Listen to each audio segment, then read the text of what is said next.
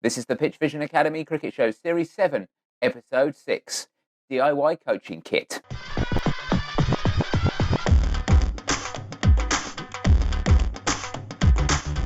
Coming up on this week's Pitch Vision Academy Cricket Show, we get into some kit hacks. What are the best ways to do DIY changes and upgrades to coaching equipment?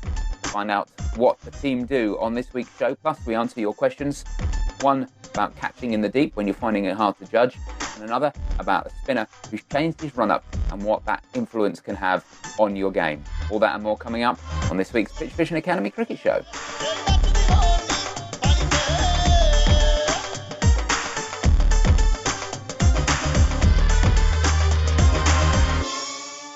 Welcome again to the Pitch Vision Academy Cricket Show. This, of course, as you know by now, is your guide to better cricket, whether that's coaching it or playing it, doesn't matter.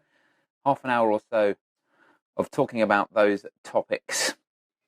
Questions, answers, and a little bit of fun along the way. My name is David Hinchliffe. I look after things. And helping me to help you are two cricket coaches with very fine pedigrees, the first of which is the Director of Cricket Coaching at Millfield School. It's Mark Garraway. Hello, Gareth. Hello. You all right?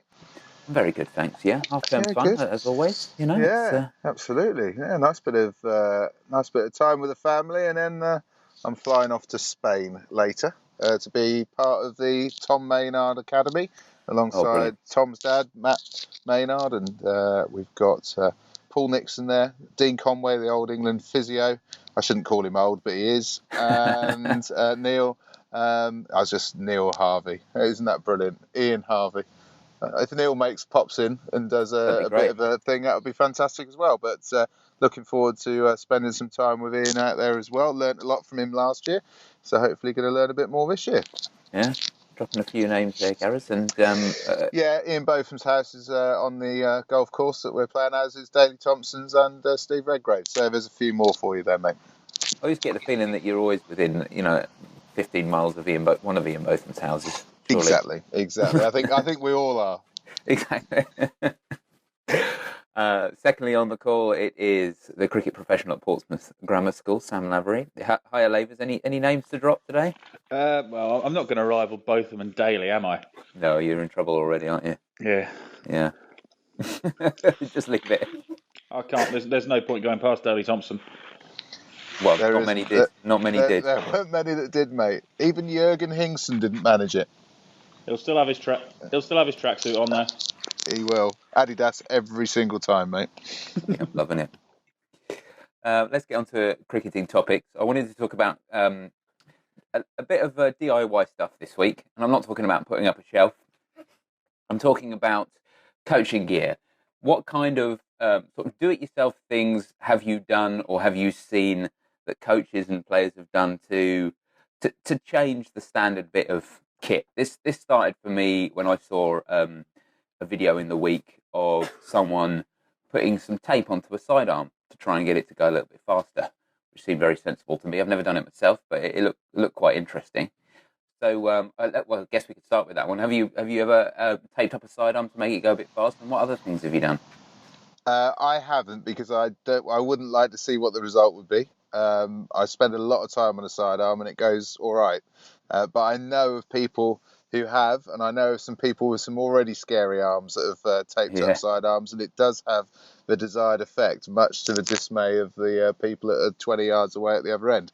Yeah. It does do. I think it's important to get the right tape on it, and generally the guys in the pro game go to their physios and get some of their really good tape that they use on bodies normally and wind it around them, and it can improve velocity. So if you want to have a sidearm that does that, then that's a really easy method by which to do it. Certainly Dan Hellisfair at our school has got that, and he still farts it out at about 50 miles an hour, but it's high 50s as opposed to low 50s now, which is good. I've actually done that. I've got a sidearm that's been taped up, one with and one without, and it does make a bit of a difference. Pete, there are a couple of different ways people can tape it though. So some people go for the tape all around the shaft of it, if you can imagine, all the way up from the handle all the way up to where the ball goes in at the top, and then some people tape up around the casing, the hand bit that holds the ball effectively. Which squeezes it a little bit tighter. And that's, again, which part of it is making the biggest difference, I'm not sure. The one thing I do know, though, is when you tape around that bit that holds the ball in, that definitely leads to a little bit of an adjustment to be required, and you do have to kind of try and bowl beamers in effect, otherwise you end up hitting yourself in the toes. Yeah, it sticks a bit more, so you have to sort of get Absolutely, that release point correct. And that takes a bit of getting used to anyway, doesn't it? I mean, if you're new to sidearm completely, you're putting them down at your feet and then sending them into the side netting and all that. We everyone starts like that, don't they? So we've all been there, haven't we? Yeah. And there is a sidearm which has been designed to go faster, isn't there? It's a bit sort of the plastic's a bit thicker and the claw is a bit stronger. So I guess the people at sidearm are thinking along those lines as well. Yeah, they're using a different plastic, aren't they, to get a similar result as tape's doing, which is making it more rigid, I assume. Yeah. And it's a good idea by themselves. I think just get used to throwing with a sidearm is a great thing. And if you want to tape it up and you've got a new one and you've never used it before, you're probably best off taping it up straight away, because then you don't have to make that double adjustment that Sam talks about. But they're great bits of kit, and definitely something that is part of any good coaching bag, that is for sure. The other ones that we've talked about regularly is like the catch it boards. Now, I don't doctor the catch it boards too much, but I doctor what goes around it. So, for example, you can build a little wooden frame which has got some material hanging down from it like a curtain, and then what you're doing is you're throwing the ball under the curtain, but of course the fielder over the other side loses sight of the ball for a little bit as well. So it's that occluded vision type overtraining response, where they see the ball being released to start off with, then lose it as it goes in towards the ramp and then appears out through the ramp. That's a really nice bit of overtraining. You're not going to get that in a match, obviously, but it's a really good bit of overtraining. Actually, you may get it in a match if you're playing on some grounds where you don't quite track a slip catch all the way, but it will teach you to relax the body and have some experience of having a ball that you lose in flight and then still being able to catch it. So I suppose it is functional as well as being an overtraining thing. Yeah, because you do lose the ball, don't you? And those are the catches where you feel best about them, don't you? Because you lose it and then you still manage to get hold of it. And you think, oh, I was lucky there. But if you've practiced it, then that luck, you're more likely to be lucky. It's the old adage, isn't it? The more the practice, the luckier you get. Yeah. So how easy is that to put together? Is that one for the tech department down at Millfield? Yeah, mate, I actually did it myself, and anybody who knows me knows that that's a really easy thing to do. So I just put together a basic frame with some wood and nailed in some old curtain, mate. There you go. That's Job done. it got. Job done. And it was is there a little string that opens the curtains if you want to just move them out of the way? Can you imagine it? I've got it on remote. I've got it on remote as well, so I can just for an encore at the end. What about you, Lovers? Have you had any challenges where you've come up with something where you think, actually, I would like to be able to do this with this piece of kit, and I can't do it as it stands, but I've made a change, and it's... Well, one of the ones we've done with the bowling machine, which is quite simple again, is you can just protect yourself a little bit. I think these days with bowling machines and boys hitting the ball back at such speed, it gets pretty dangerous. And if you don't have one of the frames that you can effectively stand on and provide your own shield for you. You just have legs, you can make your own one up pretty easily. And simple, just a bit of material of any choice. So you can go for like a debris netting type thing's pretty good if you know what that is. And just wrap that around the three legs, and you can stand in behind. That's a pretty good way just to protect yourself, and you can use that out in the outside in the wind as well, because the air just goes straight through it, and that gives you a little bit of protection when you're serving up half volleys. Oh yeah, because I've started to think now some of my players are starting to hit the ball back pretty straight, and we've only got one of those three-legged bowling machines, and I've occasionally started to think to myself, do I need to stick on some pads and a helmet here just to be on the safe side? It's getting to that point, definitely.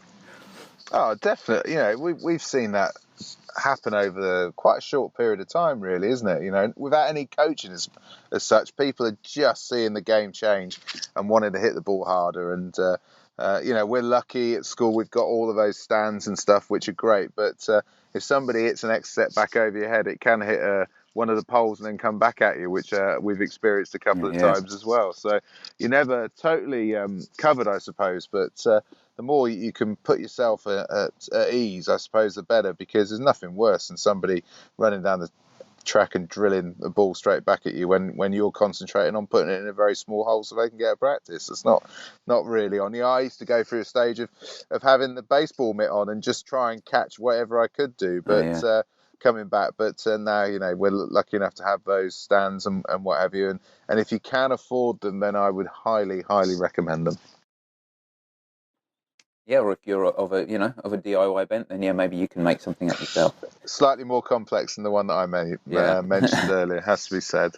No drawstring though. That's no drawstring. Yeah. So what else? We got anything else which is? I got a goodie. This is a Duncan Fletcherism. This anytime any bat broke, he would either make sure that you took the edges off of it and turned it into a middling bat, or he would take the edges off of it and then get some flat rubber from a DIY store and use it as a nicking bat for the keepers standing up. So one of my roles with Fletch was to bat against people like Monty and Swanee and various others, and try and edge as many, or flick the rubber of this bat to get it through to the keepers that were standing behind me. Fantastic training aid, which costs absolutely nothing, because bats break all the time, so get the edges cut down. And then I used to bat against Monty, so if Monty bowled me an absolute filthy delivery, I was still allowed to whack it, which was just brilliant fun as well. So, and of course, if I tried to whack it and then edged it, then I could say I was giving Geraint or Chris Reed or Paul Nixon some practice, which obviously I wasn't, but I can say that. Yeah, it's a win-win. Just filling my roles, fellas. Yeah, I mentioned it before in previous episodes, but yeah, I've found that using a mongoose, using an old mongoose has been a fantastic way of doing nicking practice as well. Yeah, good. Yeah. So it's there's not even an adaptation there. It's just someone had one lying around, so we decided to try it, and it worked. Well, it is an adaptation, isn't it? Because it's an adaptation of its original intention. So you still got to have an innovative brain for that, David, which you have. I guess one that's a bit similar is the use of the fusion stumps. You can use them as a nicking tool as well. So we use we use them with the keepers quite a lot, or just put them out there outside off stump, and the bowler can go through and the keeper up to the stumps. You have your normal stumps in the normal position, then a couple of stumps lurking outside off stump, or one down the leg side just for the keeper to work against, and just creates a little nick through as well. So there's a pretty good use for them, but one that's dead easy to employ. Nice. Okay. All right. That's plenty. Let's leave it there. There's probably 100 more, but if people listening and thinking, either that they've come up with something creative and they want to share it, or they've got a problem and they feel like there's a solution close, but they're not quite sure what it is, then send a question in, and we'll see what we can do to make some adaptations to the equipment that you've got to get where you want to be. And I find that one of the most fun areas is that you have a piece of equipment and you have a problem, and you go, how can I adapt this to solve the problem that I've got? That's one of the most fun challenges in coaching for me. That I love that. Right, let's finish up this section with the yes/no round. 3 questions that can only be answered yes or no, no matter how much more the team want to say. I've got the questions, so let's fire away. First question: the only way to play your natural game is to know your natural game. Yes. No. Second question: poor footwork is rarely the cause of batting issues. Yes. Yes. Third question: good length changes under different pitch conditions. Yes. Yes.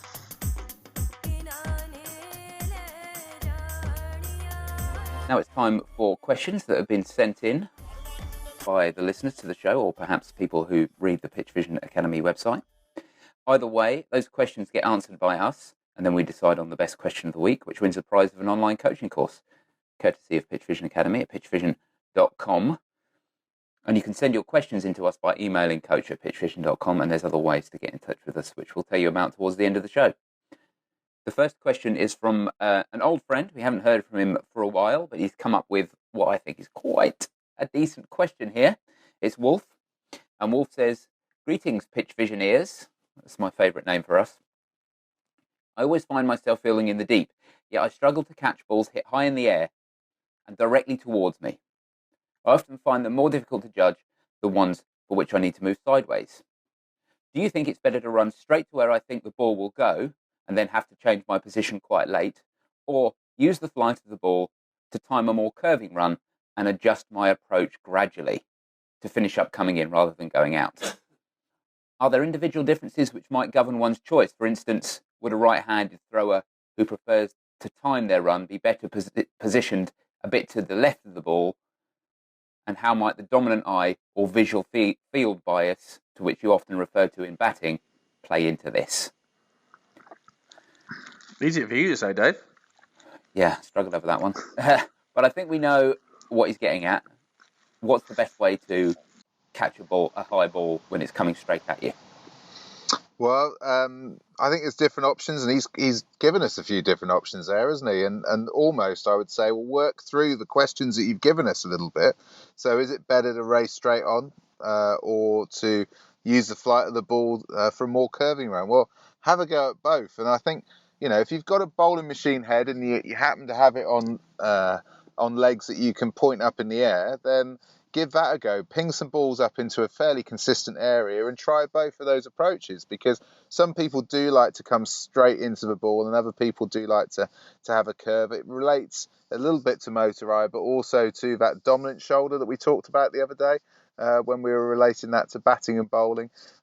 So you'll find your own way. I can't give you your own way because I haven't seen enough of you to be able to give you that. But I think a lot of your questions that you've asked there are worth exploring from an individual perspective for us all, really. I for one, was happier when the ball was to my right-hand side catching.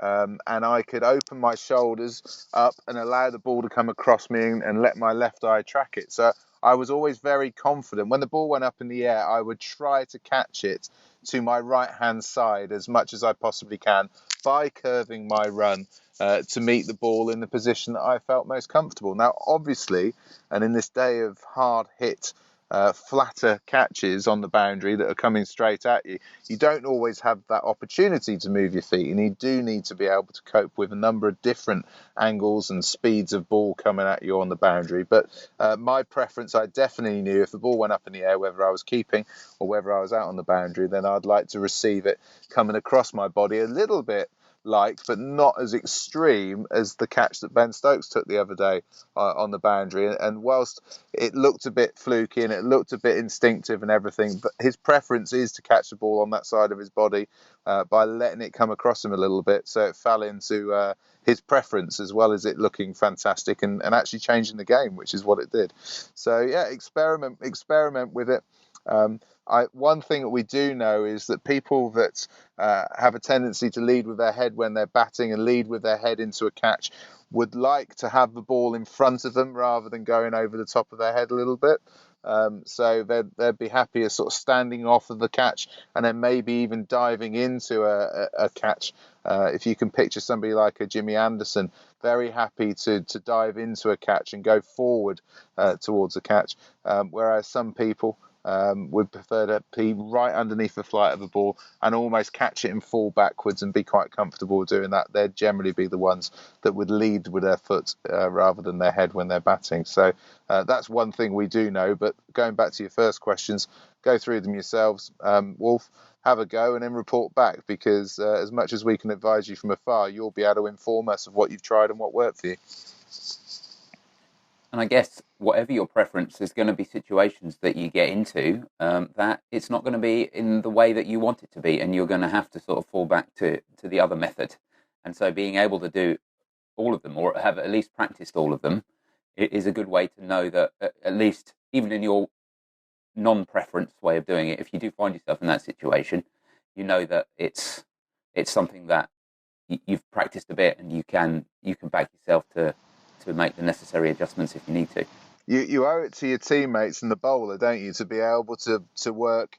Yes, in your preference, I prefer to have it here, but actually to be catch the balls that are coming at different angles as well. I'm not sure that one's going to wash in a debrief, is it? Oh, actually, I don't like the ball over there, so I didn't go for it. It's not going to happen. You're going to get a fairly short shrift from a lot of people, aren't you, in that meeting? So, you have to practice them, and you'll find out your preference. But please, do that extreme practice where you are, working really uncomfortably. And a way of doing that as well, going back to a previous thing we talked about, is actually having a occlusion at some stage during the ball's flight. So you might be, and we've seen England do this, where they have a bit of fun with each other. They put up some soft balls up into the air, and actually the person behind them in the queue covers the eyes, so then they have to locate the ball and then go to that area. Again, that's getting you used to not seeing the ball all the way in ball flight, and then having to adjust to a later stimulus, which is always good practice. So have a go at that as well, and see if you can catch a ball differently but still be a very good catcher. I see one thing that's helped a lot, Lavers, with the guys I work with high catching, is using a softer ball with a Skyer bat, and you don't get the sound of the noise of the ball hitting the bat, and that makes it a bit more difficult for people to make their adjustments. Have you found that? Okay, that's quite interesting actually. So, I guess there's an element of hearing the ball off the bat and interpreting that sound into quality of contact, and then subsequently kind of height or speed or distance. But with the Skyer and with a different type of ball, that's probably a little bit more confusing, and it puts a little bit more pressure on them. You just get that dull sort of boom instead of the crack. Yeah, I guess feedback as a fielder is always really important, whether the ball's in the air on the floor, isn't it? But that sound. Imagine if you're on the cover boundary sweeping, you can identify a ball you're going to charge down immediately, or a ball or you're going to you jog in and pick up because of the sound you receive. So that's quite a clever way to do it. I actually think that the point you made previously about encouraging Wolf in this case, but people generally to push themselves away from their strengths, as well as kind of trying to identify which option they do prefer, is really important. That's a mistake I think I used to make, really, is when coaching, I used to give people all the time their preferred method of receiving information, whether that was through written down information or video feedback or conversation or whatever it was. But kind of looking back on that, I started to realise that I was giving people what they wanted all the time, and then when they left and they were going to get put in a county second 11 game or an academy game or whatever it might be, or a club game, and they were receiving information in the same way as everyone else in the team, and they had to adapt. So I think that being outside your comfort zone in the way that you either challenge your skills or challenge the way you take information is really, really important part of it. Next question is from Brendan, and Brendan says, a 15-year-old boy I work with has recently returned from a trip to Australia. He's in the UK, Brendan. Whilst there, he visited a local coach who suggested he angled his approach to maximise his Chinaman deliveries. Whilst he understands how this contributes to his spin, he's finding it challenging to get any sort of control. His approach is very acute, as is his pivot. Previously, he had a straight approach. What feedback can you give? Lavers, do you want to crack this one first? It's obviously anything that gets technical and is individual to a person is a little bit tricky, but it'd be great to see some video footage, and we always say if you can send anything in, then do so, because that would be great to have a look at it. Obviously, it sounds like there's quite a significant change in his approach to the crease, and the first thing we'd ask is why we required that change. So what wasn't working for you in the first place that you felt you needed to change to try and make it work a little bit better? You've obviously gone from a straight run up here to something that's pretty angled, and because of that, there's a big change of direction at the crease, which immediately is going to mean that the usual direction that your arms, your feet, your hips, your shoulders, etc. are pointing has now been changed. You'll probably find that it's putting you into more of a side-on position, which may have its benefits for you as a spinner.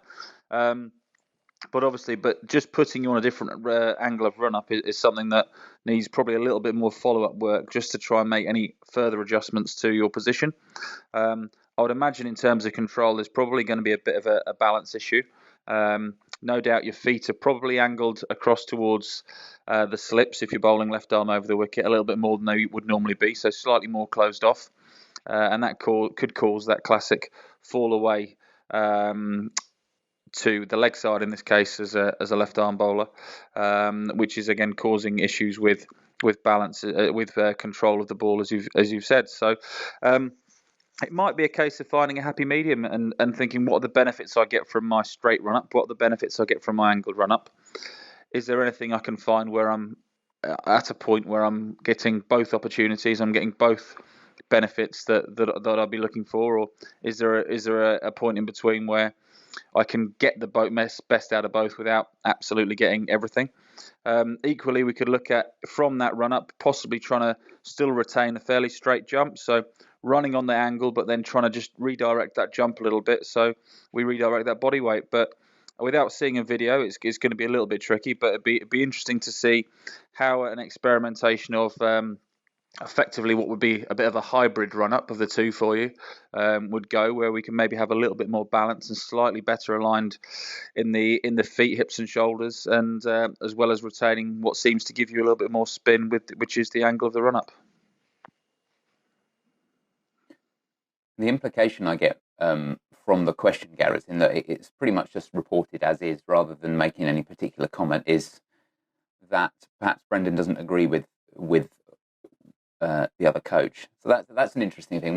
When a coach gives a piece of advice to a player and the player follows it, and you disagree with it, where do you kind of go next? Is the question.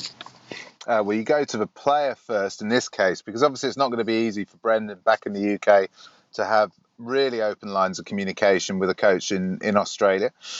So you go to the player first and foremost and get their version of it. You know, what caused the coach to go down there? It sounds to me, if I'm trying to put words into people's mouths, it's probably is that he started working with this lad. He was only over there for a little bit of time.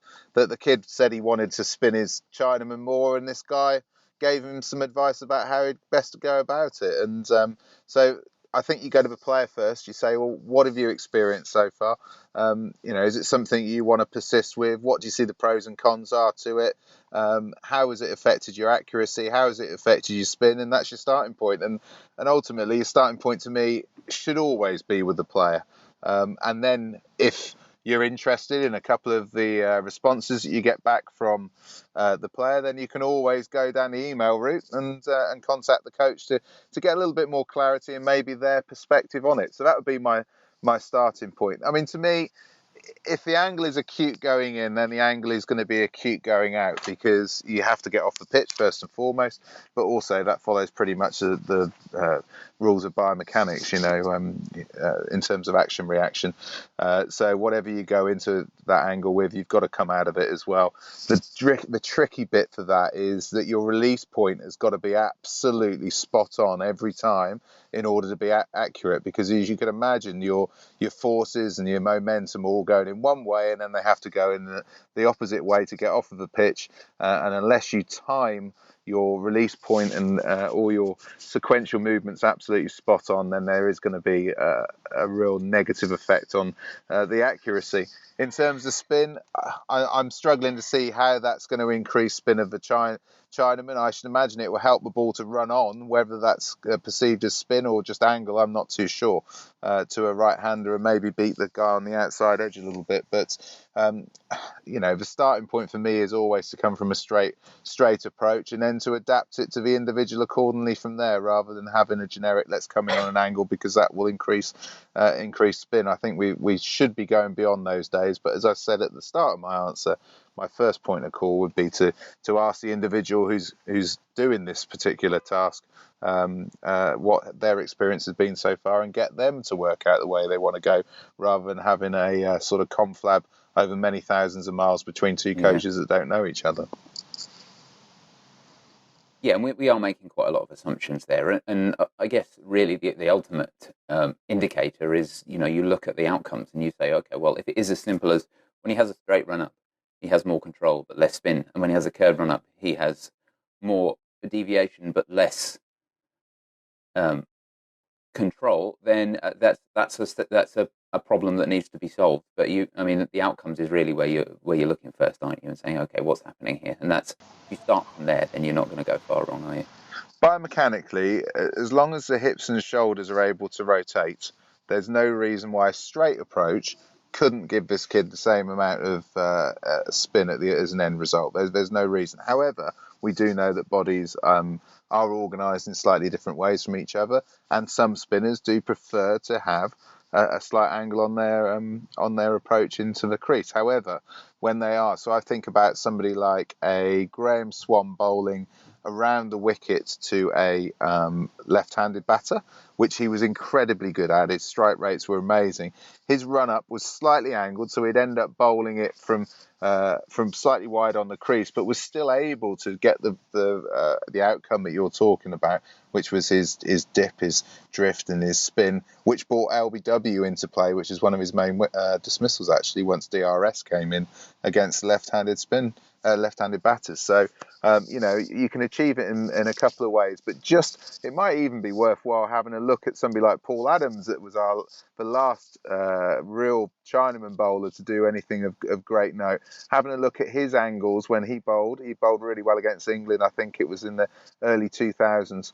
Have a look at some of his angles, and I don't recall him coming in on a huge amount of angle to be able to bowl both his Chinaman, which was his better delivery of the two, and his orthodox spinner as well. So have a look at him and do some compare and contrast. Always good to have a look at the best and work your way out from there. So that would be one of my first ports of call.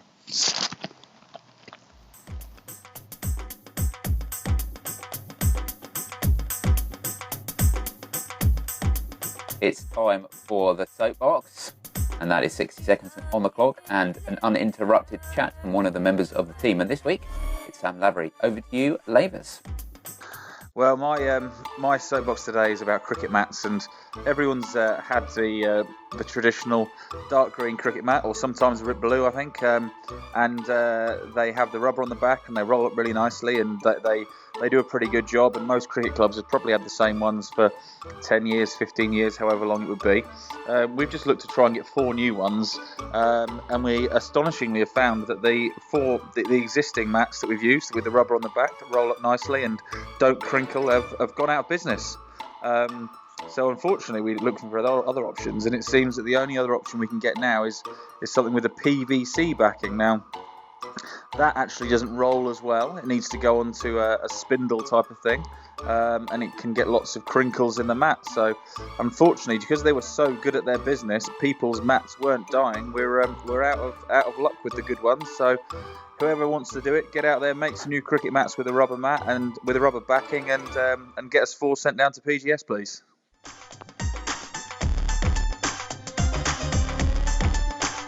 Here we go. And that is all we've got time for on the show this week. There is one more thing we need to do before we finish up, and that is decide on the winner of this week's competition. We had 2 questions sent in, one from Wolf about high catches, and one from Brendan about an angled run-up for a Chinaman bowler. So which one did you prefer this week, Gareth? I'm going to go with Wolf this week. Another great question from Wolf, and hopefully within the courses somewhere you'll find something that helps you to get the answers. So congratulations, Wolf. Now, I know, Wolf, that you're not always interested in picking up a course, so if there's something else possibly we could do for you, then we're always open to ideas. Get in touch. And if someone was listening to this show and they decided they want to send in their question and win the prize, the online coaching course, how could they get in touch with us? You can give us a call on 0203 239 7543 or drop us an email on coach@pitchvision.com. You can also get us through social media. Facebook.com/Pitchvision Academy is where we hang out most of the time, but you can also find us on Twitter @Pitchvision Acad. You can listen to the show every week if you want to as well. That is simple to do. Just go into your favourite podcast app on your phone or your tablet or your computer and do a search for Pitchvision Academy.